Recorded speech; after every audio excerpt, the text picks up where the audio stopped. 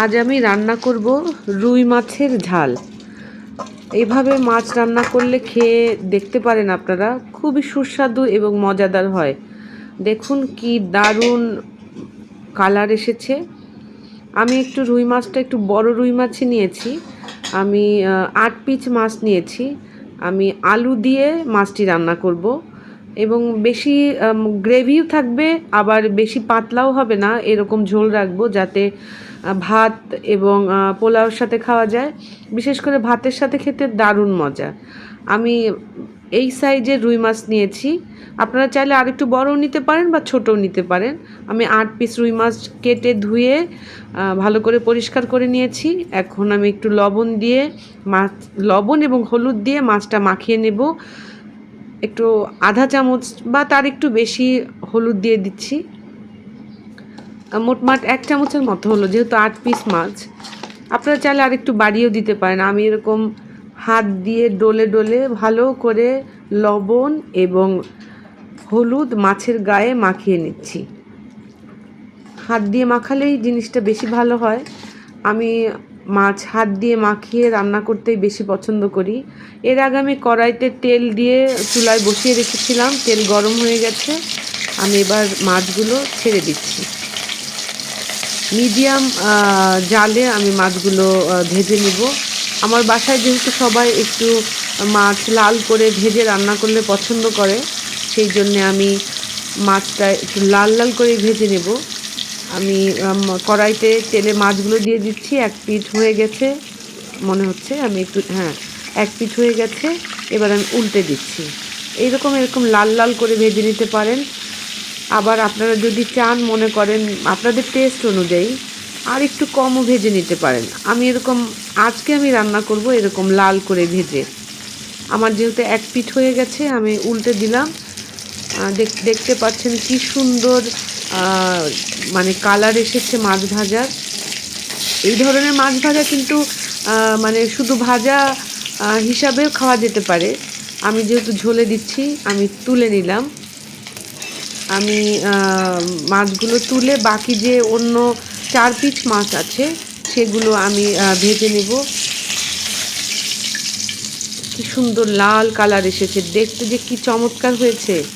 আমি মাছগুলো তুলে নিলাম। দেখুন আপনারা, খুব সুন্দর ভাজা হয়েছে। আমি পরের 4 পিস যে মাছ ছিল, যেহেতু আমি 8 পিস মাছ রান্না করবো আজকে, সেটাও দিয়ে দিয়েছি এবং সেটা মোটামুটি ভাজা প্রায় শেষের পথে। 4 পিস আমি তুলে নিয়েছিলাম। দেখুন ঠান্ডা হওয়ার পর কালারটা কি সুন্দর এসেছে। এটাও ভাজা হয়ে গেছে। আমি এটা তুলে নিয়ে এবং পরবর্তী রান্নার অ্যারেঞ্জমেন্টে চলে যাব। আমি আবারও দেখিয়ে দিচ্ছি মাছগুলো। খুব সুন্দর কালার এসেছে। আপনারা এভাবে করে মাছ রান্না করে খেয়ে দেখতে পারেন। আমি এবার যেই কড়াইতে আমি মাছটা ভেজেছিলাম, সেই তেলের মধ্যে আমি অল্প কিছু আলু মোটামুটি লাল লাল করে ভেজে রাখবো মাছে দেওয়ার জন্যে। আমি আলুগুলো দিয়ে দিলাম, দিয়ে ভেজে নিচ্ছি। আমি একটু হলুদের গুঁড়ো দিয়ে দিলাম, দিয়ে আমি সাথে একটু লবণ দিয়ে দিচ্ছি অল্প পরিমাণ, যেহেতু আমি মাছ রান্নার সময় লবণ ব্যবহার করব এবং মাছ যেহেতু যখন আমি ভেজেছি তখনও আমি হলুদ এবং একটু লবণ দিয়ে মেখে নিয়েছিলাম, এই জন্য আমি কম পরিমাণে দিলাম। দেখুন আমার সবগুলো মাছ ভেজে তুলে নিয়েছি। লাল সুন্দর কালার এসেছে। আমি এই ফাঁকে আলুগুলো ভেজে তুলে নিয়েছি। এখন ওই তেলেই, বেশ পরিমাণ তেল ছিল, আমি একটু সাদা জিরে দিয়ে দিলাম। জিরেটি একটু ভাজা ভাজা হয়ে আসার পরে দেখতে পাচ্ছেন আলুগুলো এভাবে আমি তুলে নিয়েছি। আমি জিরেগুলো একটু ভাজা ভাজা হয়ে যাওয়ার পরে আমি আবার কিছু পরিমাণে পেঁয়াজ দিয়ে দিলাম। পেঁয়াজগুলো এবার ভেজে নিচ্ছি।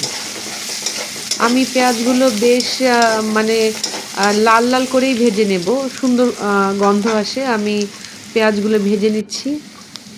মোটামুটি ভাজা হয়ে গেছে। এখন আমি মশলাগুলো আরেকবার নেড়ে দিয়ে আমি মশলাগুলো দিয়ে দিব। খুব সাধারণ মশলায় আমি রান্নাটি করব। দিয়ে দিলাম আধা চামচ আদা বাটা, আদা বাটা দিয়ে দিলাম। এরপরে দিয়ে দিচ্ছি আধা চামচ জিরে বাটা। এরপর দিয়ে দিলাম ছোট চামচের 1 চামচ মরিচের গুঁড়ো। এটা কিন্তু কাশ্মীরি মরিচের গুঁড়ো না। 1 চামচ লবণ, 1 চামচ হলুদের গুঁড়ো দিয়ে আমি এবার ধনের গুঁড়ো দিয়ে দিব একদম ভরে ভরে 1 চামচ দিয়ে আমি এবার মশলাটা নেড়ে নিচ্ছি, ভালো করে তেলের উপরে নেড়ে নিচ্ছি। একদম তেল ছেড়ে এসছে। আমি অল্প পরিমাণ পানি দিয়ে মশলাটা কষিয়ে নেব।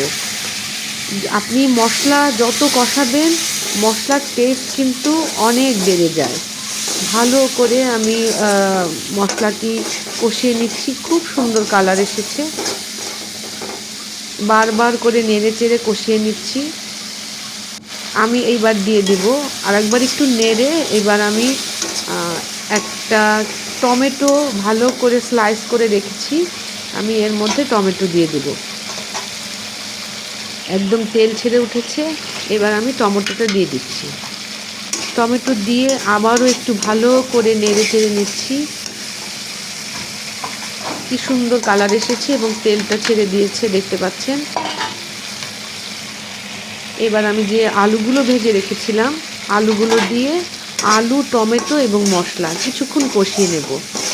ভালো করে আপনারা কষিয়ে নেবেন। একদম তেল উপরে উঠে এলে প্রয়োজন মতো যতটুকু আপনি ঝোল রাখতে চান ততটুকু আপনি ঝোল রাখবেন।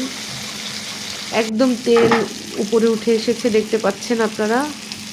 খুব সুন্দর মশলা একদম কষে গেছে। এখন আমি প্রয়োজন মতো পানি দিয়ে দিলাম। পানিটা দিয়ে আমি একটু নেড়ে চেড়ে দিচ্ছি। ভালো করে ঝোলটা ফুটে ওঠার পরে আমি মাছগুলো দিব। আমি একটু নেড়ে চেড়ে দিলাম। এরপরে ঝোলটা খুব সুন্দর বলক এসে গেছে, দেখতে পাচ্ছেন। এখন আমি এই ভাজা মাছগুলো দিয়ে দিচ্ছি। ভাজা মাছগুলো দিয়ে আমি ভালো করে রান্না করব। আমি যেহেতু একটু ঝোল রাখবো সেই জন্য আমি ঝোলের পরিমাণটা আমি বুঝে দিয়েছি। আপনারা যে রান্না করবেন তার প্রয়োজন মতো ঝোলের পরিমাণটা দিবেন। আমি মাছগুলো দিয়ে ভালো করে বলক উঠেছে, একটু রান্না করে নিব 4-5 মিনিট। কি সুন্দর বুদবুদগুলো উঠছে দেখুন আপনারা, মানে কালারটা খুব সুন্দর এসেছে। কি সুন্দর কালার এসেছে দেখুন। এবার আমি কয়েকটা কাঁচামরিচ দিয়ে দিচ্ছি। আমি যতটুকু পরিমাণে ঝোল রাখবো ততটুকুই হয়ে গেছে। কাঁচামরিচের সাথে আমি কিছু ধনেপাতা কুচি দিয়ে দিলাম। দিয়ে একটু নেড়ে চেড়ে আমি একটু দেখে নিচ্ছি আলুগুলো সিদ্ধ হয়ে গেছে কিনা। আমি একটু স্প্যাচুলার কোনা দিয়ে আলুটা ভেঙে দেখলাম যে হ্যাঁ আমার আলু হয়ে গেছে। এবার আমি আর অল্প একটু সময় রান্না করে আমি নামিয়ে নেব। খুব সুন্দর হয়ে গেছে। এবার আমি একটি পাত্রে ঢেলে নিচ্ছি। কি যে সুন্দর কালার এসেছে এবং আমি লবণ টেস্ট করে দেখেছি, আমার সব কিছু ঠিক আছে। আমি এবার নামিয়ে নিলাম। এভাবে করে রান্না করে আপনারা খেয়ে দেখতে পারেন। খুবই সুস্বাদু রুই মাছের ঝাল। আপনারা খেয়ে আমাকে জানাবেন এবং এভাবে মাছ রান্না করলে কিন্তু খেতে দারুণ হয়। ভালো থাকবেন। ধন্যবাদ সবাইকে।